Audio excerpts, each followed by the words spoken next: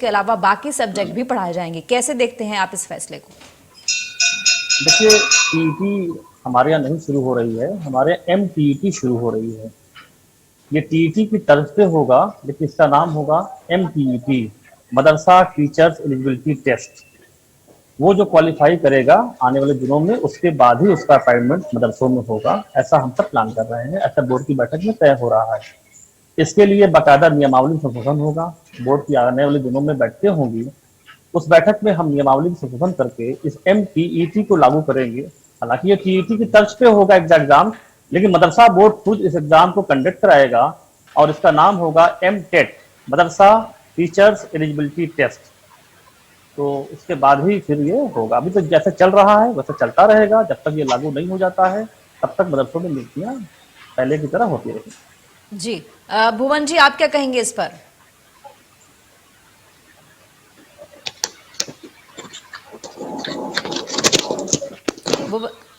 भुवन जी, आपका आवाज हमारी आ रही है तो प्लीज एक बार अपना अनम्यूट कीजिएगा फोन प्लीज।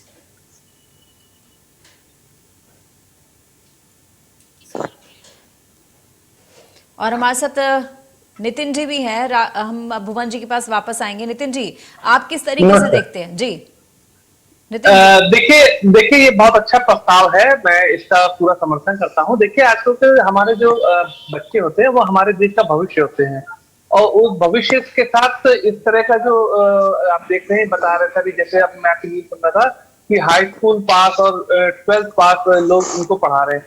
तो देखिए, इस तरह के जो खुद ही अभी पूरी तरह से पढ़े लिखे नहीं, वो हमारे बच्चों को क्या पढ़ाएंगे। इसलिए इस तरह के जो भी क्या कहते हैं स्कीम सरकार लाती है, हम उसका समर्थन करते हैं। और देखिए, चाहे मुस्लिम वर्ग हो या हिंदू वर्ग हो, उसमें जो भी बच्चे होते हैं, बच्चों के भविष्य से खिलवाड़ नहीं करना चाहिए, और हम इसका समर्थन करते हैं। सरकार की बहुत अच्छी स्कीम। और देखिए, अभी जो हमारे डॉक्टर साहब कह रहे थे वो भी अच्छी बात कह रहे हैं कि इस तरह की मदरसों ने तो कहा है कि ऐसा लागू होना चाहिए, और अच्छी बात है। भाई देखिए, अगर आप पढ़े लिखे हैं तो आप बच्चों को अच्छी शिक्षा देंगे, उच्च शिक्षा देंगे। जैसे भी आपने पूर्व में भी देखा होगा कि किस तरह के बच्चों को ज्ञान दिया जा रहा था, उससे निकल के अब अच्छी स्कीम आई है, और हम इसका पूर्ण रूप से समर्थन करते हैं। जी, और हमारे साथ राघवेंद्र जी भी जुड़ गए हैं। राघवेंद्र जी, आपकी क्या प्रतिक्रिया? जिस तरीके से अब मदरसों में पढ़ाने वाले शिक्षकों का भी पढ़ा लिखा होना जरूरी है। अभी तक जो मदरसों का हाल है वो हम देख रहे हैं। हमारे कई रिपोर्टर्स ग्राउंड पर गए, वहां पर उन्होंने मदरसों का हाल देखा। वहां पर कोई 10वीं पास है, कोई 12वीं पास है, वो बच्चों को पढ़ा रहे हैं। तो ऐसे में ये कितना बड़ा फैसला कहा जा सकता है? अगर ये लागू हो जाता है तो कितनी मतलब बेहतर बात हो सकती है ये? हाँ मैडम, देखिए, उत्तर प्रदेश सरकार जो है हर क्षेत्र में बहुत ही नए नए आयाम स्थापित कर रही है। जी। हम लोग बड़े बड़े से समाज के हित में निर्णय ले रहे हैं। जी। आज हमारा देश स्वतंत्रता के 75वें वर्षगांठ अमृत महोत्सव के रूप में मना रहा है। कम से कम पहले जो चूकें अन्य सरकारों ने की या किन्हीं कारणों से होती रही, उसको हमें सुधार लेना चाहिए। ये दुनिया जानती है, प्रदेश की जनता भी जानती है, मुस्लिम वर्ग भी जानते हैं मदरसों में किस स्तर की शिक्षा दी जाती थी। मदरसों में मुख्य रूप से जो शिक्षा दी जाती थी वो 90% धार्मिक शिक्षा ही आधार हुआ करता था। तो जो मेरे बच्चे जो मुस्लिम समाज के हुआ करते थे, बाकी 10%, क्योंकि दीनी तालीम जो है उसके अलावा तो कुछ वहां पढ़ाया नहीं जाता। आपके 90% वही पढ़ा जाता है, तो 10% क्या पढ़ाया जाता है? 10% अब हो सकता है, क्योंकि मैं मदरसों में पढ़ा हुआ भी नहीं हूं। 10% मैंने गुंजाइश इसलिए रखी कि हो सकता है कि यहाँ सब्जेक्ट हिंदी, अंग्रेजी या विज्ञान, यहाँ पे और कोई सब्जेक्ट नहीं पढ़ाया जाता, कोई लैंग्वेज नहीं पढ़ाई जाती है। हाँ, हो सकता है, क्योंकि मुझे इस विषय की जानकारी नहीं है, क्षमा करिएगा मैडम। मैंने 10% इसीलिए गुंजाइश रखी। मुझे ये जानकारी है कि वहां पर जो शिक्षा दी जाती है वो मुख्य रूप से मजहबी शिक्षा ही दी जाती थी। तो इसका जो है हमें लग रहा है इससे ना ही बच्चे का सर्वांगीण विकास हो सकता था, ना ही उस शिक्षा से बच्चे को आगे रोजगार में कोई उसका आधार बन पाता था। बच्चे का भविष्य अधिकार में रहता था। माननीय योगी आदित्यनाथ जी ने इस क्षेत्र में जो ये व्यापक कदम उठाया है कि जो टीईटी धारक जो शिक्षक होंगे, जो एक योग्यता धारक शिक्षक होंगे, जो एक पैमाना धारक शिक्षक होंगे, मात्र वही मदरसों में शिक्षक होंगे। निश्चित रूप से मदरसों की शिक्षा की गुणवत्ता में सुधार होगा इस विषय। जी, भुवन जी हमारे साथ है। भुवन जी, आपकी आवाज उस समय नहीं मिल पा रही थी, आपकी प्रतिक्रिया जानना चाहूंगी। देखिए, हम ये चाहते हैं कि शिक्षा का गुणवत्ता का स्तर सुधार हो, और हम ये भी चाहते हैं ट्रेन टीचर आए। लेकिन हमारी चिंता उन टीचर्स के प्रति है जो वहां पर पहले से पढ़ा रहे हैं, ताकि बेरोजगारी का दौर या उनके परिवार के जीवन यापन का दौर और जिस तरह से वो वहाँ के माहौल को और उन बच्चों से जो उनका तालमेल है, हम ये चाहते हैं कि सरकार कम से कम ऐसे मामले में कम से कम जो मदरसे जो चला रहे हैं उनके जो संस्थापक है या जो उनकी टीम है उनसे भी एक बार डिस्कस कर लेती तो एक अच्छा परिणाम और अच्छा प्रदेश में सरकार का एक अच्छा संकेत जाता। निश्चित तौर से फैसले यहाँ पर कर लिए जाते हैं, चाहे किसानों के हो, चाहे युवाओं के हो, चाहे मदरसों का, सरकार किसी से बात नहीं करती। निश्चित तौर पर ये सरकार का रवैया ठीक नहीं है और हम ये चाहते हैं कि जो वहाँ के जो अध्यापक है उन्हीं को अच्छे से ट्रेन करके अच्छे से उनको अवसर दिया जाए ताकि वो अपना ट्रेंड भी हो जाए और उनको पढ़ाई के साथ साथ उसकी जारी रहे, उनके रोजगार से संबंधित या जीवन यापन से संबंधित नहीं आए, क्योंकि उन्होंने अपना एक बहुत लंबा समय मदरसों को दिया है तो वहाँ के वातावरण को भी अच्छे समझते हैं और बच्चों के साथ भी उनका तालमेल अच्छा होता है। जी डॉक्टर इफ्तिखार, आप कितना सहमत है इस बात से, क्योंकि जो लोग पढ़ा रहे हैं वो खुद 10वीं और 12वीं पास बताए जाते हैं, तो वो बच्चों को क्या जो है भविष्य दे पाएंगे? उनका वहां होना, जैसा कि यहाँ पर भुवन जी कह रहे हैं कि उनकी जो है रोजी रोटी का खतरा पैदा हो जाएगा, उनकी रोजी रोटी का खतरा पैदा होगा तो क्या हम इस बात को लेकर के बच्चों के भविष्य को अंधकार में धकेल दें? क्या उनको बेहतर जो है शिक्षा से महरूम रखें? डॉक्टर इफ्तिखार जी। देखिए, मदरसे, कौन से मदरसे में आपके रिपोर्टर्स गए और वहां जाकर के हाई स्कूल पास टीचर को देख लिया? ऐसा नहीं है। पूरे प्रदेश में बड़ी तादाद में मदरसे चल रहे हैं। 16,000 के ऊपर मदरसे तो हमारे बोर्ड से मान्यता प्राप्त हैं। 560 मदरसे ऐसे हैं जिसे गवर्नमेंट अच्छे खासे अनुदान दे करके उनको टीचर्स को दे रही। ऐसे नहीं है कि सब हाई स्कूल पास है, ऐसा नहीं है। एक लंबे चौड़ी उनकी क्वालिफिकेशंस हैं। बहुत बड़े बड़े मदरसे भी हैं इस प्रदेश के अंदर, पीएचडी धारी भी हैं, एमएससी एमए भी हैं, एमकॉम भी हैं, और जो धार्मिक शिक्षा जो उर्दू मदरसे बोर्ड का जो एग्जाम होता है, फाजिल, कामिल, ये सब क्वालिफाइड लोग हैं। आप पता नहीं कौन से मदरसे में भेजिए और एक मदरसे को पैमाना बना लिया, ऐसा नहीं है। पूरे प्रदेश में वो लगातार हम दिखा रहे हैं, इसलिए हम कह रहे हैं। और दूसरी चीज जिस तरीके से जिस तरीके से हम कह रहे हैं कि अगर इतने काबिल और इतने पढ़े लिखे जो है अध्यापक हैं, टीचर्स हैं मदरसों के अंदर, तो उनको भी इस बात को जो है अप्रिशिएट करना चाहिए कि अब जो बिल्कुल हम आप लोगों को आईना दिखाने के लिए, जो समाज में गलतफहमियां फैली हुई हैं उनको दुरुस्त करने के लिए हमने एक आदेश जारी किया है मदरसों को कि आप अपने मदरसों के सूचना पट्ट पे बाहर एक बोर्ड लगाइए और अपने एलुमनाई जो पूरा छात्र हैं, पहले मदरसे से पढ़ के निकले हुए हैं, उनकी एक सूची लगाइए ताकि मदरसे में पढ़ने वाले बच्चे इंस्पायर्ड हो सकें। प्लस जो बाहर के लोगों को लगता है मदरसे में कुछ नहीं हो रहा है, उनको भी आईना दिखाया जा सके। ऐसा नहीं है, बहुत अच्छे खासे मदरसे काम कर रहे हैं और समाज में जो बहुत पिछड़ा वर्ग है, गरीब वर्ग है, जिनको कहीं अभाव में, कहीं स्कूलों में दाखिले नहीं मिल पाते, उनके पास पैसे नहीं है, उनकी शिक्षा मदरसों में लंबे समय से हो रही है। और हम ऐसे नहीं बात कर रहे हैं, मैं जमीन पे बात कर रहा हूं। मैं कम से कम आज मुझे 10 महीना 2 दिन हुए चेयरमैन बने, आधा प्रदेश देख लिया मैंने और 100 के ऊपर मदरसे देख लिए हमने। मदरसे कई किस्म के हैं यहाँ पे। एक तरह के मदरसे वो हैं जो कि बहुत बड़े मदरसे हैं, नदवा जैसे मदरसे हैं जहाँ की 1.5 लाख किताबें एक लाइब्रेरी के अंदर रखी हुई है। देवबंद जैसे मदरसे हैं, अशरफिया जैसे मदरसे हैं, सल्फिया जैसे मदरसे हैं। एक वो मदरसे हैं जो गवर्नमेंट जिनको अनुदान देती है, उनके टीचर्स वेल क्वालिफाइड हैं, उनकी पूरी जांच होती है, वो हमारे बोर्ड से अप्रूवल लेते हैं तब वो टीचर होते हैं। एक वो मदरसे हैं जो मान्यता प्राप्त मदरसे हैं जिनको गवर्नमेंट उस शर्तों में मान्यता देती है, हमारे बोर्ड को मान्यता देता है।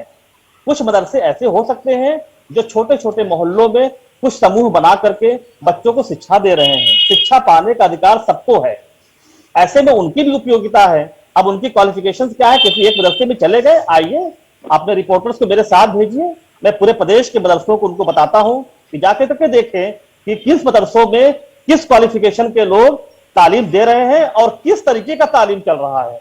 जी एक अभी आपने बताया कि मॉडर्न एजुकेशन की बात, जी हमारे साथ ऐसा नहीं है कि मॉडर्न एजुकेशन नहीं हो रही है। मॉडर्न एजुकेशन भी पहले से हो रही है। मदरसे के बच्चे साइंस, मैथ, सोशल, इंग्लिश पढ़ रहे हैं। हमने ये फैसला लिया कि अब आने वाले दिनों में धार्मिक शिक्षा जो चल रही है वो भी चलेगी, लेकिन जो ऑप्शनल सब्जेक्ट है साइंस मैथ का, वो अब कंपल्सरी सब्जेक्ट होगा। मदरसे का बच्चा दीन भी पढ़ेगा, और दुनिया किताबें भी पढ़ेगी। जी नितिन जी, यहाँ पर समाज को आईना दिखाने के लिए कह रहे हैं जिस तरीके से यहाँ पर कि एलुमनाई लिस्ट लगाई जाए कि मदरसों से कौन कौन पढ़ के निकले हैं, क्या क्या उन्होंने समाज में किया है, इसकी लिस्ट लगाई जाए और आईना दिखाया जाए, इस तरह की बात कह रहे हैं। इस पर क्या कहेंगे आप? क्योंकि अगर हम वैसे मदरसों की बात करते हैं, मदरसे बहुत सारे जो हैं सवालों के घेरे में भी रहे हैं, मौलानाओं की बात करते हैं वो घेरे में रहे हैं, तो इस तरह की जो चीजें सामने आई हैं उसको लेकर भी क्या प्रतिक्रिया रहेगी आपकी? देखिए, बहुत अच्छी बात उन्होंने कही। देखिए, हमें इस बात की बड़ी खुशी है कि अगर मदरसे से अच्छे बच्चे पढ़ के निकले हैं तो वो देश का भविष्य उज्जवल करेंगे। बहुत अच्छी बात डॉक्टर साहब ने कही और मैं भी इसका पूरा समर्थन करता हूँ कि देखिए, अगर वहाँ अच्छी पढ़ाई हो रही है, बच्चे अगर इस तरह के निकले हैं तो निश्चित तौर पर उनको अपने सूचना पटल पे लगाना चाहिए कि ये बच्चे देखिए ये दूसरों के लिए प्रेरणादायक होंगे। लेकिन पूर्व में जैसा कि आपने खुद कहा कि मदरसों में सवालिया निशान उठाते रहे हैं और जैसे कि अभी डॉक्टर साहब कह रहे थे कि वहाँ के सिर्फ 10वीं 12वीं पास नहीं और भी अच्छे अच्छे पढ़े लिखे लोग पढ़ा रहे हैं। तो जो इस तरह के एमएससी और क्या कहते हैं बाकी पढ़े लिखे जो टीचर हैं उनको तो हमें लगता है एमटेक पे कोई दिक्कत होगी नहीं, क्योंकि वो तो पढ़े लिखे हैं, वो तो किसी तरह का कोई भी आप एग्जाम करिए वो उसको क्वालिफाई कर लेगा, उनको अपने पर तक पूरा विश्वास होगा। और देखिए, अब आप आइए अगर करंट की बात पे, तो आज की डेट में यदि आप किसी भी विद्यालय में अपना टीचर के लिए आप क्वालिफाई करना हो या मिशनरी स्कूल है ये तरह जहां भी है उस तरह में आप देखिए वहां पे बड़े बड़े एग्जाम आप देखिए, जो सरकारी टीचर बनते हैं उनके लिए भी ये आजकल बीटेक और टीईटी सब कंपलसरी है। तो इस तरह के मदरसा में अगर इस तरह की प्रावधान किए गए तो हम इसका पूरा समर्थन करते हैं और हम चाहते हैं कि जो शिक्षा जो हमारे गरीब मुस्लिम वर्ग के बच्चों को शिक्षा नहीं पाए उनको पूर्ण शिक्षा मिले, क्योंकि ये देश का भविष्य है और ये हमारे देश को एक विकास की ओर ले जाएंगे, हमारे देश का नाम रोशन करें। भुवन जी कुछ कहना चाह रहे थे। भुवन जी, देखिए, मैं कहना चाहता हूँ, मैं बहुत ही शुक्रिया अदा करना चाहता हूँ डॉक्टर जावेद साहब का कि उन्होंने जो मदरसों का जो स्वरूप खराब करने का एक अभियान का चलता है, मैं इसको कहूंगा, जिसमें कि मदरसों की छवि को खराब करने का, कि वहां पर इस तरह के गलत समाज को दिशा देने वाले लोग निकलते हैं, उसका जवाब भी दिया। और उन्होंने कहा है कि वहां पर जो एमएससी है, पीएचडी है, बीएड है, ऐसे ऐसे लोग भी है। और निश्चित तौर पर मैं कहना चाहता हूँ जो नया जो सिस्टम है वो भी लागू हो, और इसके साथ साथ जो मैंने विषय बहुत गंभीरता से कहा था, जो वहां पर ऑलरेडी वर्क कर रहे हैं उन लोगों को भी सरकार व्यवस्था करके और उनको चेंज करे, ताकि उन लोगों का रोजगार भी हानि ना हो, उनके भी परिवार की व्यवस्था हानि ना हो। जो टीचर हो जो जैसा कि मदरसे में है, और इन्होंने एक बहुत अच्छी बात और बताई, इन्होंने कहा कि जो मोहल्ले में है वो छोटे छोटे समूह बनाकर है ताकि वो लोग भी एजुकेशन कर सके जो वहन नहीं कर सकते खर्चा। तो निश्चित तौर पर वहां पर भी इस तरह की परिपाटी को लाने की आवश्यकता है, सरकार को थोड़ा बड़ा नहीं, लेकिन मुझे लगता है कि देश में जितने भी मदरसे हैं उनकी जांच होनी चाहिए। जिस तरीके से यहाँ पे डॉक्टर साहब आपने बताया कि कुछ मदरसों में जो है अच्छी तालीम दी जा रही है, अच्छी शिक्षा दी जा रही है और भी सब्जेक्ट पढ़ाए जा रहे हैं, लेकिन जो कुकुर मुत्ते की तरह बाकी जो खुल गए हैं मदरसे जहां पे पढ़ाई लिखाई की बात कही जाती है लेकिन ऐसा नहीं होता, और कई हमने देखा है कि कई जिस तरीके से हम कह रहे हैं कि मौलाना जो है जो वहाँ पढ़ाने वाले होते हैं वही जो है सवालों के घेरे में है। हम गुजरात की बात करते तो किशन भारवाड़ के केस में, चाहे कमलेश तिवारी के केस की बात करें, उसके अंदर कई मौलानाओं का, मौलवियों का नाम सामने आया है। इस तरीके से जो है मेरे को लगता है कि मदरसों को भी चिन्हित करना चाहिए कि कौन से किस तरह की तालीम दे रहे हैं। क्या कहेंगे डॉक्टर इफ्तिखार? देखिए, 10 महीना 2 दिन मैंने बताया कि मेरा कार्यकाल हो गया, मैं एक दिन भी चैन से बैठता नहीं हूँ। रोज कोई ना कोई योजना बनाता हूँ, कहीं ना कहीं जिलों में होता हूँ और जमीन पे काम कर रहा हूँ। इन 10 महीनों में मुझे एक भी मदरसे अभी तक ऐसे नहीं मिले जहां से अपराधी निकल रहे हों। आज बता रहा हूं गारंटी के साथ, पता कर लीजिएगा, लखनऊ के अंदर नदवा मदरसा है, 100 साल से ज्यादा हो गए, आज तक उस मदरसे के अंदर पुलिस नहीं गई है किसी बच्चे को पकड़ने के लिए। ऐसा नहीं है। आपको कहने से यह लगता है कि मदरसे में सारे अपराध हैं, सारी समस्या का जड़ मदरसा है। बाकी मदरसे के अलावा जितनी भी एजुकेशन हो रही, जहां भी सब हो रहा है, जो भी चीजें हो रही हैं, सभी लोग फरिश्ता की तरह हैं, सब फरिश्ते हैं और सारे अपराध, सारे कमियां मदरसों में है। ऐसा नहीं है। लेकिन कमियां इंसान में हो सकती है। हमें जरूरत है उन मदरसों को, उन चीजों को। मदरसे हमारे कौम की बहुत बड़ी मिल्कियत है। अगर ये मदरसे न होते तो न जाने मुसलमान बच्चों के, जो गरीब बच्चे हैं, जो कमजोर वर्ग से आते हैं, जो वंचित है, जो यतीम है, जो पीड़ित है, उन बच्चों को कहां शिक्षा मिलती, कौन पूछता उन्हें। ये मदरसे आवाम की मदद से चंदे के द्वारा चंदा इकट्ठा कर करके कैसे कैसे मदरसे खोलते हैं और उन बच्चों को फ्री एजुकेशन देते हैं। बहुत करेंगे 10, 15, 20, 25 रुपया, 50 रुपया लेकर के उनको एजुकेशन देते हैं और एक बड़े समाज को शिक्षित कर रहे हैं। आज 20 लाख से ऊपर बच्चे उत्तर प्रदेश के मदरसों में पढ़ रहे हैं।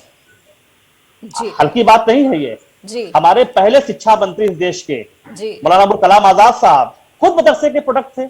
मिसाइल मैन पूर्व राष्ट्रपति एपीजे अब्दुल कलाम साहब ये भी मदरसे के प्रोडक्ट थे। ऐसा नहीं है कि मदरसे में एक हवा बन जाए कि सारे मदरसे के लोग अपराध में है, अब बाकी सब सन्यासी है, फरिश्ता हैं, देवता हैं। ऐसा नहीं हो सकता। कमियां हर जगह हो सकती है। हमारा काम है उन कमियों को, उन चीजों को दुरुस्त करना, उन्हें मुख्य धारा में लाना। उसके लिए हम प्रयास कर रहे हैं। प्रदेश की योगी सरकार जब से आई है मदरसों को लगातार पोर्टल के जरिए से उनको व्यवस्थित करना। जो फर्जी मदरसे हैं उनको अपने आप वो खत्म हो गए। सारे मदरसे आईने की तरह आप कभी भी पोर्टल पे चेक कर सकती है। पोर्टल पे सारा रिकॉर्ड हमारे मदरसों का मौजूद है।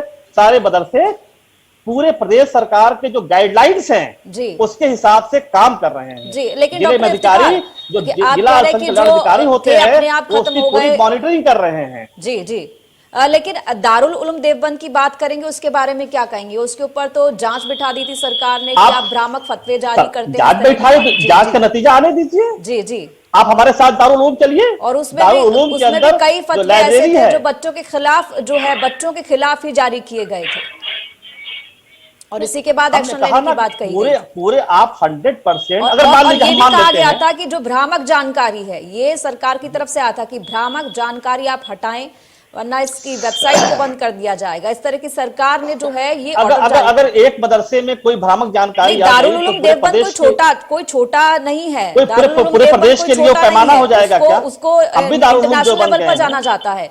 तो आप ऐसा नहीं कह सकते कि एक और वो भी बड़ा अपने आप में नाम होना वो बहुत बड़ी बात होती है।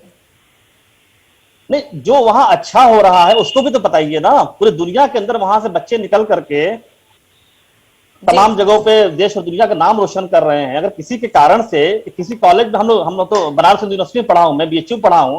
क्या बीएचयू में अपराध नहीं था? क्या लड़के बदमाशी नहीं करते थे?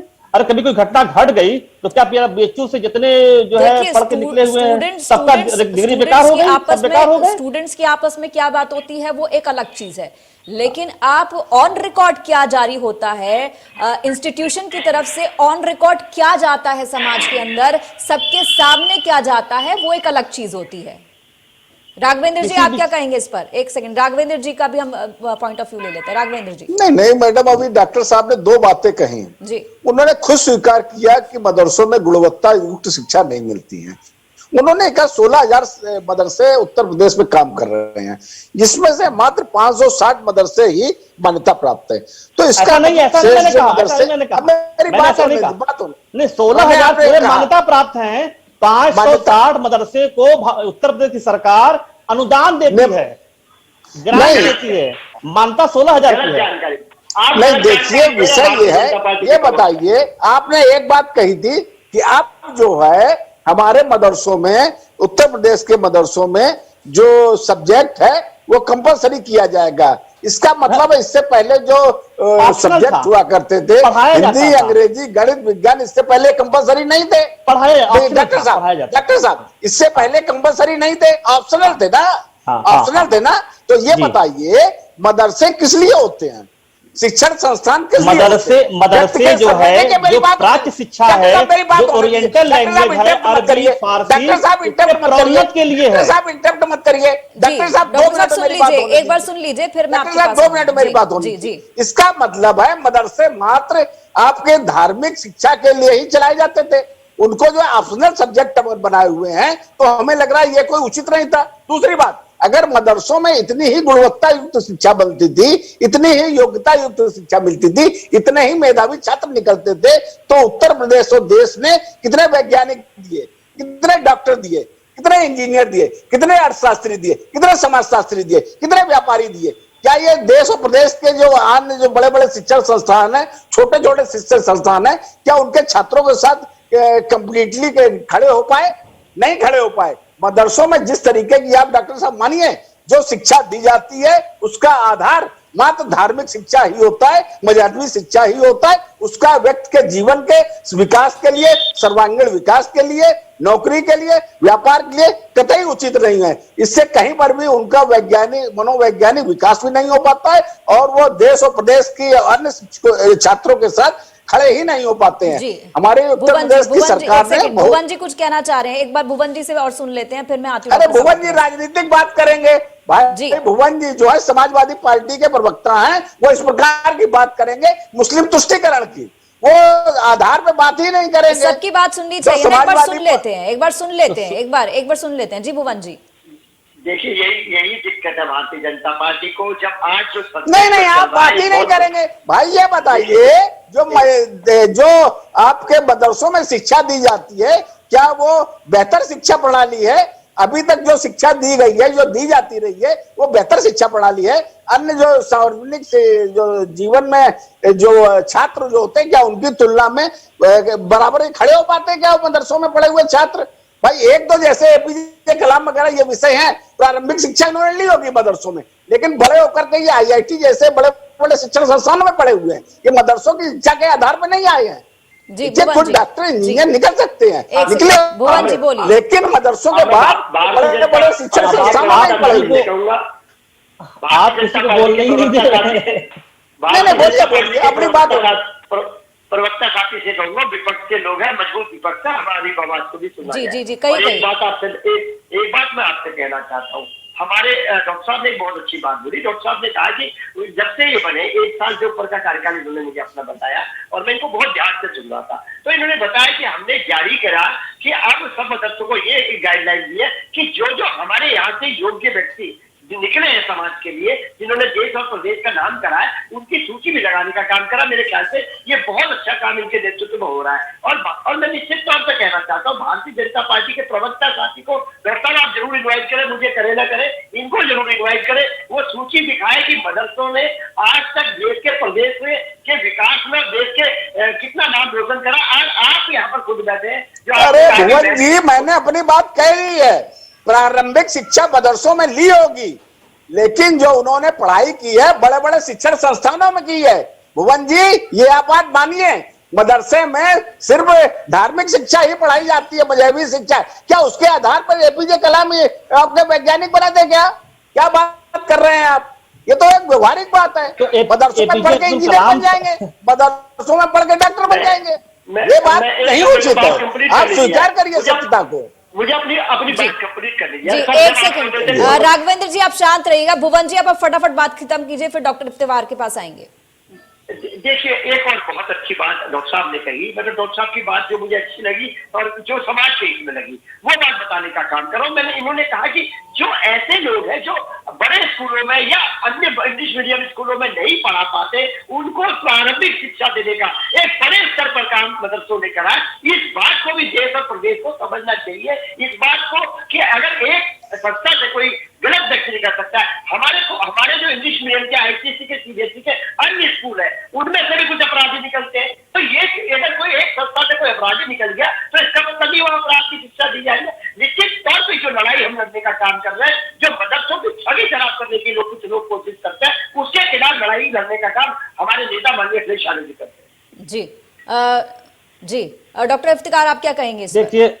देखिए मैं आपसे आगे कहूंगा, कभी भी मुझे पॉलिटिशियंस के बीच में, मैं भी खुद एक भारतीय जनता पार्टी का करता हूं और राष्ट्रीय मंत्री हूं अल्पसंख्यक मोर्चे का, लेकिन इस तरह से तूतू बहने वाली बात हमें ये बताया गया कि हमसे आप कुछ जानकारियां चाहती हैं। जी मैं आपको जानकारी देने के लिए बैठा हूं। जी अब मैं सबकी इज्जत करते हुए इतना कहूंगा कि देखिए, अगर सुधार की गुंजाइश न होती तो मैं इतनी मेहनत क्यों करता, मेरा बोर्ड इतना मेहनत क्यों करता, इतने बदलाव क्यों लाता, प्रदेश की योगी सरकार इतनी चीजों क्यों करती, इतने संसाधन क्यों देती, इतना बजट क्यों बढ़ाती, सारी चीजें हैं। अगर मैं पीएचडी किया हूं तो क्या सीधे मैं पीएचडी में एडमिशन हो गया था, सीधे एमएससी में एडमिशन हो गया था? क्या मैंने कहीं से प्राइमरी एजुकेशन हासिल की? क्या मैंने कहीं से प्राइमरी पढ़ा, जूनियर पढ़ा तो उस स्कूल का नाम भुला दिया जाएगा? ऐसा नहीं है। मदरसे से निकले हुए लोग IAS, IPS, IFS, BUMS, BAMS, MBBS, LLB, न जाने कितने हैं। मैं इसीलिए मदरसों में लिस्ट देखा हूं और आने वाले दिनों में पूरे प्रदेश के अंदर हर मदरसे जी मिलेगा जी। कि कौन कौन लोग यहाँ से पढ़ करके तो ये कदम अब तक डॉक्टर इफ्तिकार उठाया क्यों नहीं किया? अब तक तो सिर्फ ये हुआ कि फतवा जारी हो गया, लिपस्टिक लगाना जो है वो जायज है कि नहीं है, नेल पॉलिश लगाना जायज है कि नहीं है, इस तरह के फतवे जो है मदरसों से हमने निकलते हुए देखे हैं, लेकिन कभी इस तरह की लिस्ट जारी नहीं हुई। अगर आप इस तरह का कदम उठाने के लिए कह रहे हैं तो बहुत ही काबिले तारीफ है। नितिन जी, आप कैसे देखते हैं इसे? मैं आपको बताना चाहता हूँ कि मदरसों में जो ये कदम डॉक्टर साहब ने उठाया है, ये बहुत अच्छा कदम है। देखिए, पूर्व में यहाँ पे जो मदरसों में जो होता था, यहाँ पे मदरसों में सिर्फ और सिर्फ क्या कहते हैं, अनाधिकृत कृत्य किए जाते थे। मैं भी कुछ न्यूज पढ़ रहा था जिसमें ये 13 जून 2019 की न्यूज है, जिसमें बिजनौर मदरसे में अवैध हथियार बरामद हुए थे। अब आप बताइए, जिस मदरसों में अवैध हथियार बरामद हो, वहां बच्चों को क्या पढ़ाई कराई जाती होगी? अभी आधे घंटे पहले आपको न्यूज बताता हूँ, प्रतापगढ़ में कुछ मौलाना लोग बच्चों से राइफल से गोलियां चलवा रहे थे। अभी आधे घंटे पहले मैंने न्यूज देखी। अभी आपने देखा होगा, आप ही की न्यूज चैनल में मैंने एक रिपोर्ट देखी, इलाहाबाद में 4 बच्चों को क्या कहते हैं, प्रयागराज में वेटिंग रूम में नमाज पढ़ते पकड़ा गया। तो वहां का 4 बच्चों को ले जा रहे थे दिल्ली में, उनसे वो कराने, क्या कहते हैं, मजदूरी कराने के लिए। अब बताइए, इस तरह के जो कृत्य है, डॉक्टर साहब जो कार्य कर रहे हैं, बहुत अच्छा कार्य कर रहे हैं। मैं इनके कार्य की सराहना करता हूँ कि ये इस तरह के कार्य करने से जो हमारे मुस्लिम वर्ग के गरीब बच्चे हैं, जिनको ये पढ़ा रहे हैं, ये बहुत सराहनीय कार्य है। और मैं चाहता हूं कि हाँ, सरकार हो, जो सरकार अनुदान दे रही है, वो भी बहुत अच्छा कार्य कर रही है। देखिए, जो मुस्लिम वर्ग के बच्चे, ये भी हमारे अपने बच्चे हैं, हमारे देश के बच्चे हैं, हमारे देश का भविष्य है। इनके साथ खिलवाड़ नहीं होना चाहिए, लेकिन उन मदरसों को चिन्हित करना चाहिए जहां पे बच्चों की पढ़ाई के नाम पे अवैध कार्य किए जा रहे हैं, उनको चिन्हित करना बहुत जरूरी है। इसलिए जो डॉक्टर साहब कार्य कर रहे हैं, इनको हमें सहयोग देना चाहिए, क्योंकि इस तरह की पढ़ाई से ही जो बच्चों का जो मानसिक संतुलन होता है, वो बड़ा ही कमजोर होता है। उसको आप जो दिशा दिखा देंगे, वो उसी दिशा में चल देंगे। अगर आप उनको शिक्षा की दिशा दिखाएंगे तो शिक्षा की दिशा में जाएंगे, परंतु यदि आप उनको इसी उम्र में अवैध हथियार दिखाएंगे, या उनसे गोलियां चलवाएंगे, या उनसे बेरोजगारी कराएंगे, मजदूरी कराएंगे, तो इस तरह की शिक्षा को इस तरह के मदरसों में पूर्ण रूप से हमारे हिसाब से क्या कहते हैं, रोक लेनी चाहिए। और जो डॉक्टर साहब जो कार्य कर रहे हैं, जैसे एमटेक है, ये एमटीटी है, इसको लाना बहुत जरूरी है, ताकि पता तो चले कि मदरसों में जो लोग पढ़ाते हैं वो एक्चुअली कौन थे। ये हाई स्कूल और 12वीं पास करके ये मदरसे में पढ़ाई करने नहीं जाते थे, इनका मकसद कुछ और था। लेकिन डॉक्टर साहब जो अब कार्य कर रहे हैं, जो इन्होंने सुझाव दिया है, वो बहुत ही सराहनीय सुझाव है और हमें इस पे अमल भी करना चाहिए। जी देखिए, एक बात मैं और कहना चाहूंगा जी। जैसा आपने बताया, अभी 20,000 मदरसे हैं, उसमें 3 का आपने नाम लिया, एक जांच का विषय है, गलत है, ऐसा नहीं होना चाहिए। मदरसों में इस तरह की चीजें नहीं होनी चाहिए। हम बीएचयू में पढ़ते थे, एक हॉस्टल पूरा बदनाम था, हर कमरे में पिस्टल रहता था, वहां पे कट्टा रहता था। हम लोग साइंस के स्टूडेंट थे, हम लोग साइंस पढ़ते थे, बीएससी किया, एमएससी किया, पीएचडी किया। उस पिस्टल को प्रेरणा का स्रोत माने अपने हम, कि हम अपने साइंस जो हमने पढ़ के पीएचडी की, उसको देखिए डॉक्टर साहब, मेरा कहना यही था। देखिए, आप यही कह रहे हैं कि समाज में अच्छाई और बुराई, मैंने आपकी कार्य की डॉक्टर साहब देखिए, कि आप जो हमें लग रहा है अच्छा कार्य कर रहे हैं, शिक्षा व्यक्ति के सर्वांगीण विकास में जो लोग भूमिका नहीं निभा सकती है, जो इसका नाम खराब कर रहे हैं, मदरसों के नाम पे बदनाम कर रहे हैं। डॉक्टर साहब, हमें लग रहा है शिक्षण संस्थानों में पढ़ाई जाने का विषय नहीं है। सिक्के के 2 पहलू हैं, एक अच्छाई, एक बुराई। बुराई को पैमाना माने, देखिए अच्छाई को पैमाना माने। यही मैं डॉक्टर साहब कहना हमारा सोर्स ऑफ इंस्पिरेशन कौन होगा, हमारा मार्गदर्शन कौन होगा? अब देखिए, मुस्लिम वर्ग में आप जैसे लोगों की ही जरूरत है, आप जैसे बुद्धिजीवी लोगों की बहुत जरूरत है। आप जो कार्य करना, मैं सराहना कर रहा हूँ। हम उत्तर प्रदेश के आधे जिलों के दौरे कर चुके हैं। बहुत अच्छी बात है डॉक्टर और साहब। सैकड़ों मदरसों को हमने देखा है कि समाज के सहयोग से चंदे के जरिए बच्चों के, गरीब बच्चों को अच्छी खासी शिक्षा दे रहे हैं, उनके स्वास्थ्य की चिंता कर रहे हैं, उनके कपड़े की चिंता कर रहे हैं, उनकी किताबों की चिंता कर रहे हैं। हमें जरूरत है उनको संवारने की, सहेजने की, समेटने की, सुधारने की, उस दिशा में हम काम कर रहे हैं। लेकिन एक बार में, एक लाइन में सारे मदरसों को हम कटघरे में खड़ा कर दे, ये कहीं से उचित नहीं होगा। मेरा कहने का तात्पर्य भी ये नहीं था। मैंने ये कहा कि मेरा भी कहने का तात्पर्य ये था कि सभी, देखिए, आपने जैसे कहा कि बीएचयू में कुछ कमरों में पिस्टल रखी जाती थी, तो इसका मतलब ये नहीं कि बीएचयू खराब हो गया। इसीलिए मैं कह रहा हूँ कि सारे मदरसों में मैं नहीं कह रहा हूँ, मैं कह रहा हूँ उन मदरसों को चिन्हित करना बहुत जरूरी है जो हमारे बच्चों के भविष्य खिलवाड़ कर रहे हैं। हम आपके माध्यम से चैनल के माध्यम से कहना चाहेंगे कि हमें ऐसे लोगों की सूची दें, हम कार्रवाई करेंगे उनके खिलाफ, उनकी मानता निरस्त कर देंगे, जी उनका अनुदान बंद कर देंगे। भुवन जी कुछ कहना चाह रहे हैं, एक बार उनको सुन लेते हैं। भुवन जी देखिए बहुत अच्छी बात डॉक्टर साहब ने कही। एक विषय जोड़ता हूँ, अभी कांवड़ यात्रा चल रही है, एक वीडियो बहुत वायरल हो रहा है और उसमें वायरल ये हो रहा है कि छोटे बच्चे नशा कर रहे हैं, गांजा पी रहे हैं। तो मैं इसका मतलब ये थोड़ी कांवड़ यात्रा रोकनी चाहिए या शिव जी की पूजा पे बैन लग जाएगा। निश्चित तौर पर मैं कहना चाहता हूँ हर क्षेत्र में विसंगति आई है। हो सकता है कुछ मदरसे में जैसा हमारे भाई लोग कह रहे हैं कि अगर विसंगति पाई गई हो, लेकिन उसको देख भुवन जी आप ना बात को कहीं और लेके जा रहे हैं। कौन क्या पर्सनल लेवल पर करता है वो एक अलग चीज है, यहाँ इंस्टीट्यूशन की बात हो रही है, यहाँ एजुकेशन की बात हो रही है। नहीं मैं आपको वो वीडियो नहीं जी मैं वही कह रही हूँ जी। भुवन जी सारे मदरसों में कोई आवाज नहीं उठा रहा है, सारे मदरसों में ये शिक्षा व्यवस्था की बात हो रही है। भगवान जी मदरसों की शिक्षा व्यवस्था की बात हो रही है। आप गलत दिशा में जाइए डिबेट को। नहीं वही विषय मैं बता रहा हूँ। तो इस तरह से अगर हम उसको कहें तो वो खराब हो थोड़ी। अरे शिक्षा व्यवस्था की बात हो रही है, उसको दुरुस्त करने की बात हो रही है। सराहना कर रहे हैं कि वो बहुत हम भी चाहते हैं कि मदरसों का जो कार्यकलाप है वो बदलना चाहिए। हम भी चाहते हैं कि कार्यकलाप जो उनपे जो आरोप लगते रहे वो ना लगे। हमारे जो मुस्लिम वर्ग के बच्चे भी हमारे बच्चे, हमारे देश के भविष्य वो हमसे अलग नहीं है। देखिए हम भी शिक्षक है, शिक्षा व्यवस्था का अच्छे से समझते 27 साल का अध्ययन कर रहे हैं अध्ययन, और इसीलिए सरकार ने कदम उठाया है। सरकार ने भी इसीलिए कदम उठाया है ताकि उनको बच्चों को अच्छी शिक्षा मिल सके। सरकार का एक कदम बहुत आगे, आपको भी इसकी क्या कहते हैं सराहना करनी चाहिए सरकार के कार्य की, लेकिन आप नहीं करेंगे। हमने सरकार की सराहना करी है। हम ये कह रहे हैं कि जो वहाँ पर जो शिक्षक है उनको बेरोजगारी का दौर डाला था, इसकी भी चिंता सरकार कर ले।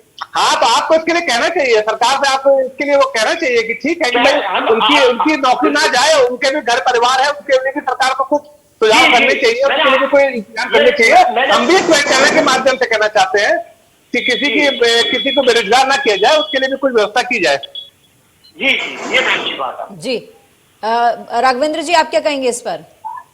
नहीं बिल्कुल भाई, उत्तर प्रदेश के मुख्यमंत्री का स्वागत योग्य कदम है। दो बातें इसमें निकल के आई। पहली, अभी तक मदरसों की जो शिक्षण व्यवस्था थी वो संतोषजनक नहीं थी। उसका मूल आधार मात्र मजहबी शिक्षा व्यवस्था थी। वो बात डॉक्टर साहब भी हमें लग रहा स्वीकार करने में कोई हिचक का अनुभव नहीं करेंगे। कोई भी शिक्षण संस्थान हो सकता है जैसे कुछ डॉक्टर कुछ इंजीनियर वगैरह निकले हों, अपनी प्रतिभा से निकले हों, तो उस लेके जो शिक्षण व्यवस्था है उसमें मजहबी आधार नहीं होना चाहिए। उसमें मजहबी शिक्षा तो व्यक्ति घर में भी हासिल करता है, जैसे मैं गीता रामायण भागवत पढ़ता हूँ, घर में पढ़ता हूँ। लेकिन अगर क्या कहेंगे डॉक्टर साहब छात्र कि जाता मदरसों में जो है दीनी तालीम नहीं होनी चाहिए, ये उनका कहना है। क्या कहेंगे इस पर? क्योंकि अगर तालीम की बात होती है, देखिए आधा घंटे का सत्र हो जाए, मुझे देखिए ये जो इनका मदरसे चल रहे हैं, दीनी तालीम थोड़ा बहुत कर दें, लेकिन जो जैसे इन्होंने कहा ऑप्शनल सब्जेक्ट होते हैं, दीनी तालीम अब ऑप्शनल सब्जेक्ट हो, कंपलसरी सब्जेक्ट करने हो, इतना अंतर होना चाहिए। हमारे एक्ट में है, संविधान में है, कानून में है कि जो प्राच्य ओरिएंटल जो लैंग्वेजेस हैं, अरबी फारसी, उनके प्रमोशन के लिए ही मदरसा तो है और मदरसा बोर्ड बना हुआ है। ये तो कॉलेजेस में भी पढ़ाए जाते हैं, ये तो वो चीजें चल रही हैं। उसमें हम लोगों ने क्या किया है, नए नियमावली में उसमें हम लोगों ने अगर आप बड़े कॉलेजेस देखें तो उनमें आपके पास ऑप्शन के तौर पर होता है कि आप कौन सी लैंग्वेज लेना चाहते हैं। और दूसरी चीज ये भी करने के बाद वो कानून बन जाएगा और हम उस रास्ते पे चल रहे हैं जहां की प्रधानमंत्री जी ने कहा कि मुसलमान के बच्चे के एक हाथ में कुरान, एक हाथ में कंप्यूटर होना चाहिए। हम उस दिशा में काम कर रहे हैं। आप बच्चा हमारा दीन भी पढ़ेगा और दुनिया भी देखेगा। मजहबी शिक्षा अगर प्राप्त कर रहा है तो उसमें भी कोई दिक्कत नहीं है, लेकिन मॉडर्न एजुकेशन भी हासिल करेगा। वो कुरान भी पढ़ेगा, वो साइंस एंड टेक्नोलॉजी भी पढ़ेगा। इस दिशा में हम काम कर रहे हैं और इससे पूरा सहयोग, पूरा हमारे ऊपर जो है माननीय मुख्यमंत्री जी का, मंत्री जी का, सभी लोगों के साथ मिलकर के हम सब सामंजस्य बना करके इस प्रदेश के अंदर मदरसों के अंदर एक बदलाव ला रहे हैं, उसके लगातार काम कर रहे हैं। जी भुवन जी आप कुछ कहना चाहेंगे इस पर?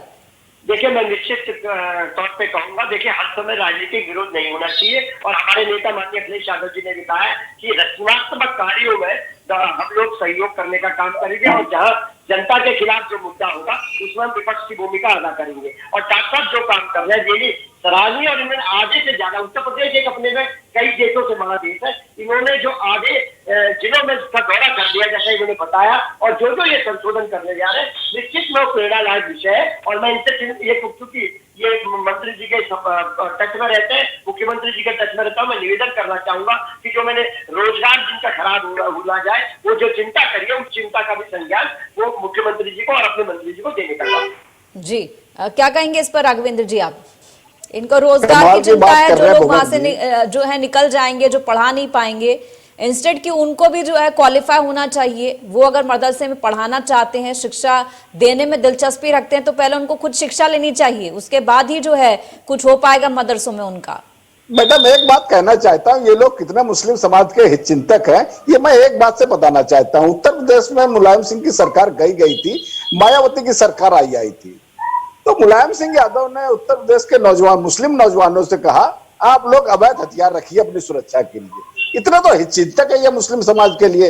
अब ये बातें कर रहे हैं मुस्लिम समाज की, ये चिंता छोड़िए। आप लोगों ने उत्तर प्रदेश का इतना बेड़ा गर्क किया है, जितनी आपके मदरसों की चिंता की है, मुस्लिम वर्ग की चिंता की है, वो अच्छी तरीके से जानते हैं। आप लोग सिर्फ मुस्लिमों को तुष्टीकरण करते रहे, सबने घोषणा पत्र में कहते रहे अगर हमारी सरकार बनी तो 7 सिपाही हर थाने में मुस्लिम तैनात होंगे। आप लोग आतंकवादियों को छुड़ाने के लिए इलाहाबाद हाई कोर्ट में हलफनामा देते हैं, आप इस विषय के लिए बात करते हैं, अच्छे नहीं लगते हैं। आप लोग जो इस तरीके से तुष्टीकरण, मुसलमानों को झूठे तुष्टीकरण, आपकी सरकारें नहीं है क्या आप लोगों ने किया मुस्लिम समाज के लिए? हमारी योगी सरकार तो देखिए मदरसों के लिए ईमानदारी से दृढ़ संकल्पित है, उसके सुधार के लिए, और मुस्लिम समाज उसके साथ खड़ा हुआ है। हम लोग सबका साथ, सबका विकास, सबका विश्वास नारे को लेकर के आए थे।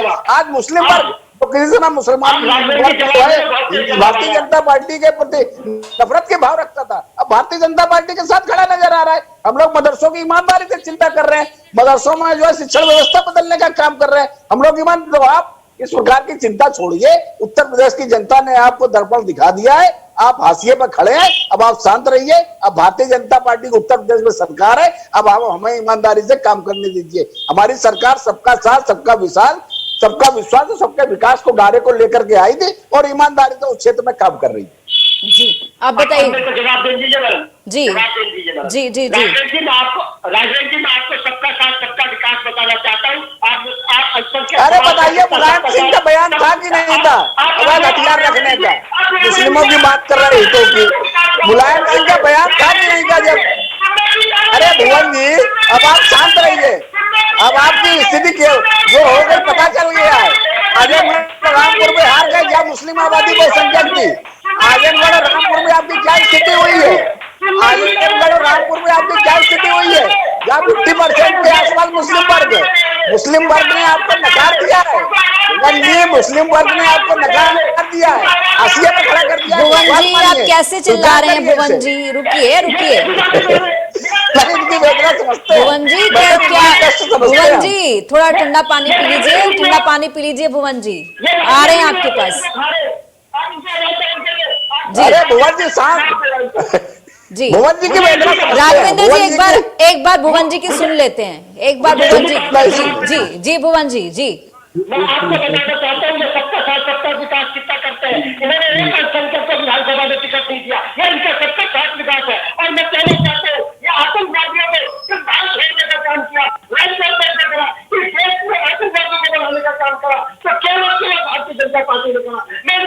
आपने इलाहाबाद हाई कोर्ट में आतंकवादियों को छुड़ाने के लिए हलफनामा दिया था कि भुवन जी राघवेंद्र जी हमारी जो बहस है कहीं और ही जा रही है। हम शिक्षा की बात कर रहे हैं, शिक्षा के स्तर की बात कर रहे हैं, किस तरह का मदरसों में शिक्षा का स्तर होना चाहिए। भुवन जी मदरसों में बातें नहीं करना चाहते हैं ना, भुवन जी उस क्षेत्र में बातें नहीं करना चाहते हैं। भुवन जी सरकारें नहीं है। भुवन जी एक सेकंड राघवेंद्र जी, भुवन जी आप बताइए क्या एक सेकंड आप शांत रहेंगे? मेरा सवाल सुन लीजिए, मेरा सवाल भुवन जी मेरा सवाल ये है कि जो सरकार अब मदरसों के लिए कर रही है, उनके शिक्षा का स्तर सुधारने के लिए कर रही है, क्या इसे आप अप्रिशिएट करते हैं?